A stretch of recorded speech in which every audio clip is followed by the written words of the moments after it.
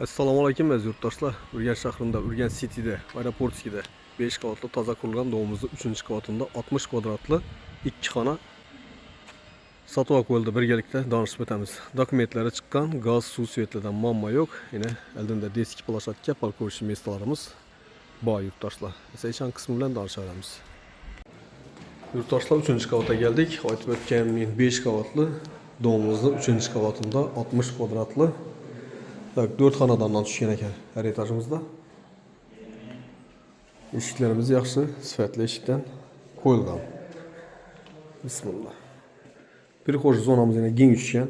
Bu yon tarafga bir prixожий qo'yib, bu yerga umumlik qo'ysangiz bo'ladi.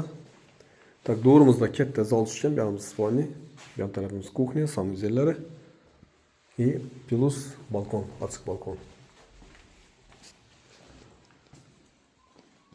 Bir yerimiz zal bo'ladi. Uzinasini 6,5, enine 4 metr tushgan.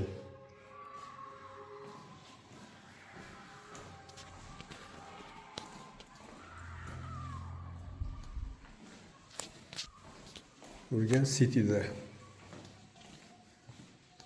zali keng tushgan ekan. Bu yon tarafimiz spalni.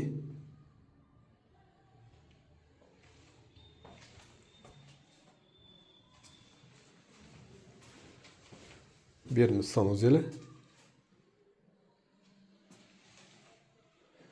Sular girib turibdi. Soğuk su, issiq suv. Bu yerimiz oshxona. Gaz suv tushgan edi. Bu yerda 100% gaz bor. Bu yon tarafimiz balkon. Yurtdoshlar, bog'cha, maktabdan muammo yo'q. Marshrutlardan ham. Ne ko'rib turganlaringiz maktab, bog'cha.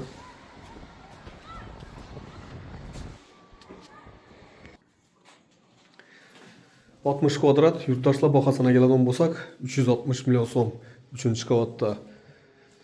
Ekranda ko'rsatilgan nomerlarga chiqaverasizlar. Sog' omon bo'linglar, ishlaringizga omad.